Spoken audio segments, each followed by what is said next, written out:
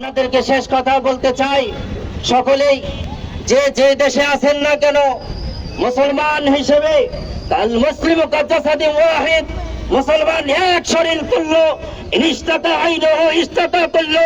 তার যদি চোখ ব্যতীত হয়, পুরো শরীর ব্যতীত হয়, মুসলিম জাহানকে আমি এই মেসেজ দিতে চাই, सब मुसलमान एक हो जाओ। अब हमें कुफर को मिटाना है, इख्तिलाफ को छोड़ दो, परस्पर इख्तिलाफ मतभेद के ছেড়ে মুসলমান এক রক্তের, এক নবীর উম্মত, মিল্লাত আবিকুম ইব্রাহিম, জাতির পিতা ইব্রাহিমের উম্মত, নবীর উম্মত হিসেবে এক আল্লাহর হুকুম পালন করে জিহাদের জন্য প্রস্তুত নিয়ে ওয়াদিত্তান উকতাল ফি সাবিলিল্লাহ, নবীজির শেষ ভাষ্য, আমি চাই জিহাদের ময়দানে শহীদ হতে, আমার জীবন দিতে, আমার শহীদ হতে, এটি নবীজির শেষ তামান্না ছিল।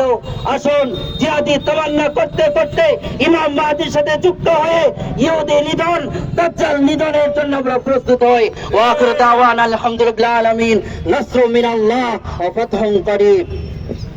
প্রিয় তাওহীদি জনতা,